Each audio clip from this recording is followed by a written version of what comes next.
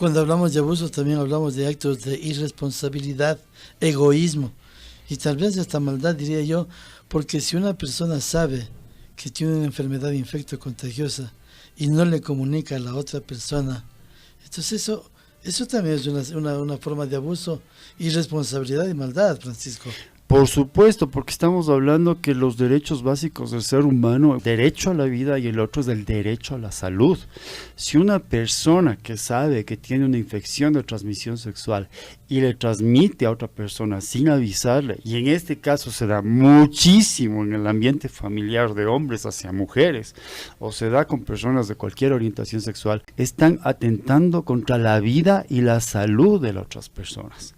O sea, no se respetan los derechos y lastimosamente, como vemos aquí, la violencia es muy protegida, sobre todo al hombre. Aquí se ha protegido muchísimo este tipo de casos y se ha puesto al victimario como víctima. Estamos hablando de entonces de una discriminación contra la mujer, en el sentido de que la mujer siempre resulta culpable y el hombre sale siempre libre de toda culpa, ¿no? En estos casos, por supuesto, estamos viendo ejemplo el caso de que una mujer aborte. ¿A quién le echan la culpa? A la mujer. El hombre siempre se lava las manos. En el caso de infecciones de transmisión sexual, como yo les contaba fuera de programa, denuncié yo estos casos por las experiencias que tengo reales, ustedes saben los programas que manejamos. Y lo primero que hicieron las fundaciones y asociaciones en VIH fue defender a los agresores y presentarlos como víctimas. Incluso últimamente murió uno y le dieron un premio para tapar todo este tipo de irresponsabilidades. Entonces veamos cómo el manejo de lo que llamamos aquí círculos de violencia se siguen defendiendo incluso a nombre de los derechos. Pero siempre hay que tener claro, hay que pedir derechos, sí, pero siempre que estos derechos no atenten a la vida y salud de las otras personas. Usted nos hablaba de la denuncia que presentó a la asamblea, sí. Francisco. ¿Qué resultado le dio? ¿Y de qué denuncia? Fue increíble porque nosotros ya estábamos experimentando varias gente de diferentes orientaciones sexuales, sea heterosexuales, homosexuales, que estaban transmitiendo el VIH, incluso declarado por ellos, declarado por las víctimas. Pero lastimosamente el ir a pedir ayuda a estas asociaciones de personas viviendo con VIH, a los líderes o la gente que comanda esto, o a las fundaciones, lo que salieron prácticamente era con el discurso que nosotros estábamos discriminando a estas personas o que se iba a estigmatizar a estas personas, pero se protegía esto porque nos dimos cuenta que en estas mismas asociaciones se promovía el uso de la práctica de sexo sin condón, incluso como un derecho. Incluso aquí en Ecuador se hizo un experimento para que la gente tenga sexo sin preservativo y tome unas pastillas diciendo que no se va a contraer el VIH, pero siempre hablamos de VIH. ¿Y qué hay del virus del papiloma humano? ¿Qué hay de la sífilis? ¿Qué hay de la hepatitis B, la hepatitis C, que son enfermedades graves? Entonces siempre es el VIH, pero el resto de enfermedades es un conglomerado de infecciones de transmisión sexual que son graves. No se basa en un negocio simplemente, o sea que se pide dinero para disque prevenir el VIH, pero vemos que en la comunidad aquí en Ecuador la mayoría de gente no sabe de prevención, o sea, ese dinero no llega al verdadero trabajo de lo que es prevención. Entonces nosotros viendo cómo se protegía este tipo de actos, porque ellos sacaron una ley entre ellos, que cuando se le comunica a la sociedad es una ley loquísima, que es mientras una persona sepa que tiene una infección de transmisión sexual como el VIH y si le transmite a otra intencionalmente, la culpa es de la otra persona para que no se protegió. Mira cómo se agrede a la mujer. Mira cómo se agrede a la mujer, porque la mayoría de casos son de mujeres que fueron transmitidas por los hombres. En este caso, mira cómo se defiende desde las asociaciones que dicen defender los derechos humanos de la gente. Cómo se sigue defendiendo a la responsabilidad de las conductas sexuales, sobre todo en el hombre. Tuve que ir a la asamblea a hacer una carta, gracias a Dios, la asambleísta Kronfle en ese entonces ahora reunió a mujeres que habían sido afectadas por esto y ahora es penalizado en Ecuador transmitir una infección de transmisión sexual. Pero ¿por qué hay este tipo de actitudes en este tipo de asociaciones? Francisco, usted me hace pensar como que hay otro tipo de intereses ocultos en esto. Hablamos tal vez de negociado, hablamos de no tener claro para qué se crearon estas fundaciones. El 99% de gente que trabaja en esas asociaciones que yo conozco está ahí por dinero. No está por prevención, no está por ayudar al prójimo. O sea, no es un servicio. Es como política, no es un servicio. Es Aquí un hemos negocio. hablado de los grupos bipolares. Nosotros creamos el grupo bipolar porque fuimos de esas asociaciones, no ayudaban ni siquiera, o sea, no tenían ni siquiera un psicólogo que ayude a este tipo de personas, sabiendo los problemas que pasa sexualmente una persona bipolar. Entonces es un negocio, no es nada más que un negocio. Por eso el enfoque siempre es victimizar, presentar a la gente como víctima para hacer de esto un negocio. Pero lo clave de esto es que se pone a encargos de liderazgo. Hemos hablado aquí el tema de adicciones, a gente con adicciones. A eso precisamente quería llegar, Francisco. Iba a preguntar yo, ¿y qué hay con la Constitución? ¿Qué hay con la protección en sí del Estado a este tipo de problemática? ¿Quiénes están a la cabeza? Es todo un círculo, porque nosotros reclamamos hasta el Ministerio de Salud también. O sea, es gente que no está preparada para esto, no están preparados en el tema de defensa de todo tipo de derechos a todo ser humano. Lo que se centran es pedir dinero para más medicamento, pero no en defensa real de los derechos de los seres humanos, como es el derecho a la salud y a la vida. Entonces, ¿qué pasa? Cuando yo denunciaba esto, los mismos agresores me sacaban el pecho y me decían, ¿y qué haces si la Constitución nos defiende? Y hay en la Constitución que, claro, no se puede revelar el nombre de una persona, sobre todo que está con VIH. Entonces, estamos protegidos porque no puedes revelar nuestro nombre. Entonces, imagínate, se basaban hasta en los mismos derechos y que todas estas asociaciones les protegían. Pero como es un negociado, estas asociaciones lo que hacen, asociaciones, fundaciones, corporaciones, ponen a gente que está enferma mentalmente. ¿Por qué? Porque la adicción es una enfermedad mental. No lo digo yo, médicamente. Ponen a gente adicta a drogas, adicta al sexo, crónica, que llega a ser perversidades, le ponen como vedores en VIH, les ponen como interlocutores en VIH, les ponen a dar charlas del VIH. Yo he asistido a esas charlas y he visto cómo más bien, en vez de prevenir el VIH, como que les incitan más a tener una infección, porque le dicen, tengan nomás el VIH, porque el Estado nos paga todo. O sea, ahora se asume que como el Estado paga todo, es como un beneficio tener una infección de transmisión sexual.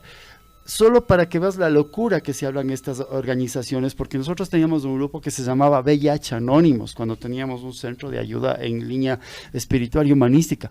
Venían de estas asociaciones la gente gay y nos dijeron que si no tienes VIH, realmente no has experimentado lo que es la vida gay. O sea, eso les decían a jovencitos homosexuales, pero eso les llegaban a decir gente que no tiene conciencia. O sea, yo les he dicho, ustedes no tienen conciencia del daño que se hace. Yo me pregunto si la intención al poner a estas personas a la cabeza no es buena. ¿En qué sentido? En que normalmente cuando hablamos de los grupos de autoayuda, las personas que asisten, acuden o coordinan este tipo de reuniones son personas que han pasado por ese problema, ¿verdad? Que tienen la suficiente experiencia como para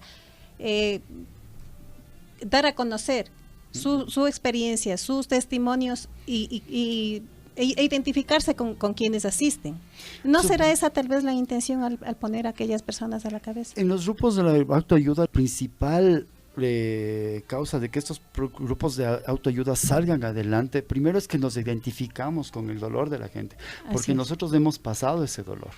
Segundo, nosotros investigamos y es con libros los que seguimos. Y tercero, nosotros no cobramos, ahí no hay negocio. No bueno, hay ahí está dinero. La diferencia, claro. La diferencia aquí es un negocio. Entonces, cuando una persona se emboba por el dinero, ustedes saben a lo que llega. Entonces no le importa la vida del resto, lo que le importa es mantener sus beneficios, de que hay dinero, de que hay una estabilidad. En el campo del VIH les invitan a congresos, a viajes, o sea, tienen una de beneficios que no se da en el resto de enfermedades. De ejemplo, hablemos del cáncer. La gente que está con cáncer tiene que hacer test, tiene que hacer rifas para subsistir. Aquí no hay muchos beneficios. Estamos de acuerdo de que sí, la gente con VIH tiene que tener una atención humanitaria, tiene que tener absolutamente todo, pero los líderes que están en este caso simplemente es un negociado. Bueno, estamos hablando de un factor económico, ahí sí las cosas son diferentes. Y ahí vemos cómo se protege, por este negociado, se protege la violencia contra la mujer o la violencia contra cualquier tipo de personas en el aspecto sexual. Al conocer esto de las asociaciones, entre comillas, las fundaciones, que es un negociado, ¿qué deben hacer los enfermos de VIH? ¿A dónde deben recurrir para encontrar realmente una ayuda? La recomendación directa que yo les hago es vayan directamente al Ministerio de Salud. El Ministerio de Salud, yo reconozco, hay muy buenos profesionales en el aspecto de infecciones de transmisión sexual. He visto doctores, he visto enfermeras que se duelen por la situación y manejan bien este caso, pero no a las asociaciones y fundaciones, porque el rato que entran simplemente están firmando y la gente no sabe que por esas firmas ellos están recibiendo, las asociaciones están recibiendo dinero. Es mi recomendación a la gente que me llama, yo le digo directamente ándate a los servicios del Ministerio de Salud y punto. ¿Por qué razón el hombre, aún conociendo que existe esta enfermedad de transmisión sexual, la transmite a propósito a la mujer, y por qué la mujer lo permite? Sigue siendo una base principal la educación y el machismo. Sigue siendo una de esas. Segundo, que al hombre se le enseña que puede conseguir sexo como quiera, donde quiera, cuando quiera, con tal de satisfacer su apetito sexual, y esto es un derecho. Pero ya cuando llegamos al tema de transmisión intencional de infecciones de transmisión sexual, estamos hablando de que esta persona ya está enferma. Eso se da en gente que ya ha llegado a adicción sexual y que ya llega a casos graves, o sea, ya no le importa hacer daño con tal de conseguir placer. Incluso a veces siente placer, eso es la perversión, sentir placer haciendo daño. Y lo más preocupante, como dije, es ver que este tipo de gente estaba y está y siguen manejando temas de prevención de VIH. ¿Por qué? Porque en estos temas es donde más consiguen sus víctimas. Dando estas charlas es donde más consiguen a la gente que está propensa a esto. Pero una forma de prevención sería la educación en el hogar, ¿verdad? En todo aspecto. En el hogar, que la gente ya deje el miedo a hablar de sexualidad sana. Hablamos de sexualidad sana en todo aspecto, en el hogar, en la escuela, en todo lado, pero que haya educación. Lastimosamente aquí el dinero que se recibe para prevención no llega al plano de educación. Algo que me llamó la atención en alguno de los programas anteriores que pudimos conversar con usted. Usted decía que la primera en oponerse en utilizar ciertos prevenciones como los preservativos es la misma mujer. Lastimosamente es cierto, porque como les dije, yo participé en una investigación en los años 2007-2008. Se llegaba al informe decir, por favor, ahora hagan una campaña donde a la mujer se le concientice cuando vaya a tener una relación sexual, pida al hombre que use preservativo. Al presentar ese informe a una corporación que se llama Quimirina, las que más saltaron fueron las mujeres que dirigen esta organización, que dizque es hecha para prevención de infecciones de transmisión sexual. Ellas me dijeron, ¿cómo les vamos a exigir a nuestros esposos que usen condón? O sea, entonces, ¿para qué están mujeres trabajando en el tema de prevención sexual y recibiendo dinero para esto? Entonces, ¿qué hicieron? Borraron esta investigación, no sacaron los resultados y sacaron algo que es más conveniente. Primero, en Ecuador no es obligatorio que te hagas la prueba de VIH. A la mujer embarazada, sí, tiene que hacerlo, para darle las pastillas. ¿Pero qué? ¿Y el hombre, el que le transmitió? ¿Hay una ley contra eso? Mira cómo se protege. Y se dice que es una mentalidad liberal, ¿cómo se sigue protegiendo las conductas irresponsables sexuales? Exacto. Porque la Asociación de Personas Viviendo con VIH recibe dinero de Quimirina. Ellos sacaron la ley de que si una persona que sabe que tiene VIH le transmite a la otra es la culpable. Entonces, en este caso, la mujer sigue siendo la culpable. ¿Sí captas cómo se maneja todo esto? O sea, es una violencia sexual institucionalizada y a nombre de los derechos. Y sigo insistiendo en que esto sigue siendo un acto irresponsable y malvado, ¿no? Es totalmente irresponsable, malvado y perverso, porque en otras constituciones, en otras legislaciones ya le consideran un asesinato, claro, porque es un asesinato en vida. Y cuando nosotros les decíamos, es un asesinato en vida, lo que salen estas asociaciones manejan muy bien el discurso de victimario. Nosotros somos los víctimas, nos están discriminando, nos están estigmatizando. Porque hay que recordar, el que pasa una infección de transmisión sexual no es que solo pasa el VIH, pasa varias, le vale un comino. pasa varias. Es gente que está ya mentalmente enferma. Y voy a hablar 2 casos. Uno que era interlocutor de VIH de estas asociaciones. Le dije, sabiendo que tienes VIH, eres activista en VIH y estás transmitiendo el VIH, la respuesta que me dio él fue: a mí qué me importa, yo cuando estoy excitado, yo lo tengo y tengo sin condón y es mi derecho, activista en VIH. Cuando le pregunté otra vez a otro activista, al que murió, para tapar esto, lo condecoraron. Uh-huh. Le pregunté, sé que estás teniendo sexo sin condón, eres vedor, estás en VIH y estás teniendo sexo sin preservativo. Él me dijo, pero no hay ningún problema, si la gente cuando se entera que tiene VIH, el Estado paga todo. Mira la respuesta. O sea, para ellos no hay ningún problema en su cabecita. ¿Será que hace falta también algún tipo de culturización, empezando por la niñez? Ya es cuestiones de irresponsabilidad, hay que tomar en cuenta lo que siempre nosotros decimos en los grupos. O sea, aquí no estamos en contra del sexo. El sexo bien utilizado es una maravilla, el sexo mal utilizado mata.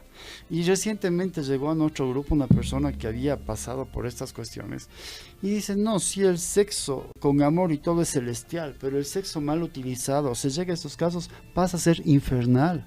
Las cosas que ya se hacen ya son infernales, no estoy hablando de religión, pero ya se hacen cosas diabólicas.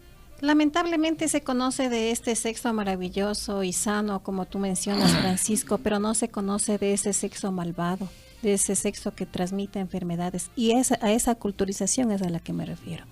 No se conoce. Ahora mismo con Wilsito, pues nos quedamos sorprendidos de todo lo que acabas de comentar, porque no está en nuestra cabeza, no cabe en nuestra cabeza el que exista tanta maldad. Las mujeres no se imaginan que el hombre que aman le va a pasar una infección de transmisión sexual. Imposible. No piensan eso. Imposible. Y si estamos hablando de mi pareja, por Dios. Sí, no piensan. Estamos hablando de alguien a quien yo he prometido amor eterno. ¿Cómo puede ser que yo conscientemente le haga semejante daño? Imagínate. Y en este caso, como hablaba, es tan fuerte el machismo y que se concibe, o sea, se concibe los derechos sexuales como que yo tengo derecho a tener placer, como sea, donde quiera. No, el derecho sexual hay que pedirlo, pero el derecho sexual es sin atentar los otros derechos. Pero eso es lo que se concibe, el derecho sexual es que yo tenga placer. Entonces, ¿qué pasa? En la mayoría de casos que nosotros hemos tenido, les he contado, cuando una mujer se entera que tiene la enfermedad y se entera por cosas graves, o sea, porque ya ha estado enferma, claro, porque ha tenido que ir con el doctor, porque le han llevado hasta en ambulancia, he tenido casos, entonces se entera que está con esa infección de transmisión sexual, lo primero que hace el marido es preguntarle con quién te acostaste y con quién me fuiste infiel, a sabiendas que él sabía que fue el de la transmisión. Y ese tipo de violencia se sigue tapando. Y la mujer en estos casos, Francisco, ¿no puede tomar alguna acción legal contra su...? Ahora actualmente lo puede, pero antes no podía. Pero ¿cuál es el siguiente problema? Puede hacerlo, pero hablemos que el VIH sigue siendo una enfermedad estigmatizante. Entonces, para hacer la denuncia tiene que ser pública. Se callan. La estigmatización a la mujer. ¿No? Y si va a estas asociaciones tienen la seguridad que no le van a ayudar. No le van a ayudar. A que veas cómo se sigue protegiendo este círculo de violencia que afecta a todos, pero más afecta a la mujer. ¿Qué hacer? Para prevenir todo esto, yo siempre digo a las personas, hombres y mujeres, utilicen preservativo y traten de tener una sexualidad sana, porque después las consecuencias de no tener una sexualidad sana son graves. Yo he visto morir a mucha gente, he visto a gente que se ha suicidado, hay gente que queda en unas depresiones horribles. Francisco nos está diciendo claramente, protéjase siempre. Y tal vez sea una de las causas por la que teme el hablar de esta problemática, porque la mujer normalmente es confiada, cree en la fidelidad de su esposo. Es que eso también es otro problema que nos enfrentamos. Yo les hablé de Quimirina cuando yo les decía, pidan que la mujer se empodere, porque hablan de empoderamiento, que la mujer se empodere y diga, bueno, es mi cuerpo, entonces yo voy a proteger mi cuerpo, y si tú deseas tener una relación sexual conmigo, pues vas a tener que utilizar condón. ¿Por qué? Porque en ese informe... ¿Y qué hay de la confianza? En ese informe se pasaba que el 100% de hombres entrevistados casados eran infieles. O sea, no hubo 100%. Y estoy hablando de gente, el nivel de la encuesta era un nivel de gente con estudios universitarios para arriba, o sea, ni siquiera era un estrato para decir no, desconocen de sexualidad. Y en esa encuesta, cuando yo les preguntaba a los hombres, ¿por qué si tú teniendo relaciones sexuales con diferentes, incluso con personas del mismo sexo, puede ser diferentes, con transgénero y todo, cuando tú llegas a tu casa no utilizas preservativo? El 100% de hombres me respondió, es que ella no me va a pasar. Mira el machismo, o sea, es que ella me es fiel. Y ahí está el desconocimiento de las infecciones de transmisión sexual. No hay, lo que decíamos, educación en infecciones de transmisión sexual. Se cree que porque la mujer es fiel no le va a pasar al hombre, pero el hombre es el que está llevando las infecciones. A duras penas se habla en los colegios, en las escuelas, en los muchachos que empiezan recién una vida sexual. Se habla de una relación sexual, pero de este tema y llega es bastante también, complicado. Y lo ponen como lo peor que se puede pasar, el embarazo, ¿no? Y llega también, son las broncas entre estas organizaciones. Por un lado están estas organizaciones de VIH, por otro lado asoman organizaciones súper conservadoras que también reciben dinero. Es que al decirles que, ¿cómo se llama?, utilicen preservativo o sistemas de protección, se está fomentando la promiscuidad. Y no se está fomentando nada, se está diciendo protéjase. Lo que se está pidiendo es no hagan daño. ¿Por qué? Porque el hombre, al no utilizar preservativo, no solo que transmite infecciones de transmisión sexual, sino que también deja embarazadas a personas. Y lo primero que hace también en este aspecto el hombre es lavarse las manos. Entonces la responsabilidad sigue recayendo con la mujer. La mujer, si decide tener el hijo, es la que se hace cargo del hijo y todo. Y si decide abortar, lastimosamente todo el problema psicológico queda con la mujer. Y encima, en ciertas sociedades es penalizado el hecho que la mujer aborte. Pero nunca le dicen, ¿y quién te dejó embarazada? Y eso, sea machista o feminista, siguen defendiendo eso. Y todo esto sin mencionar el dolor y el sufrimiento que causan a cada uno de los hogares, ¿no? Por supuesto. Entonces llega tanto una irresponsabilidad en el manejo sexual que solo se concibe el sexo como una manera de obtener placer.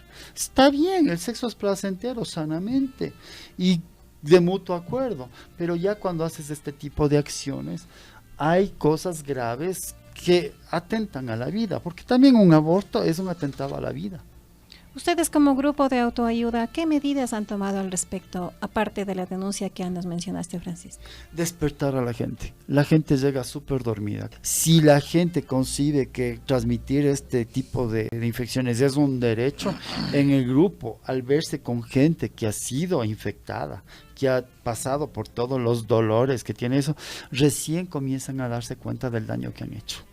Entonces ahí recién abren los ojos, cuando se dan cuenta del dolor que han causado a otras personas. Entonces ahí comienzan a tomar las precauciones.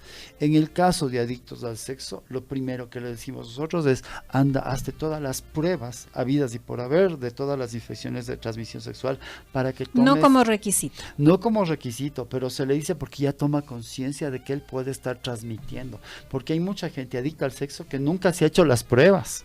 Entonces imagínate, sigue transmitiendo. Entonces ya una vez que ellos ya toman conciencia y saben el daño que se están haciendo y han hecho daño a otros y están decididos a parar esta enfermedad, entonces ellos ya van a hacerse los exámenes, lo primerito, bajo ellos mismos. O sea, algunos están tranquilos porque dicen, no he tenido, a otros han tenido las enfermedades, entonces toma las precauciones, pero ellos ya están seguros y dicen, no, yo con esta enfermedad no quiero transmitir este dolor a nadie. Uh-huh.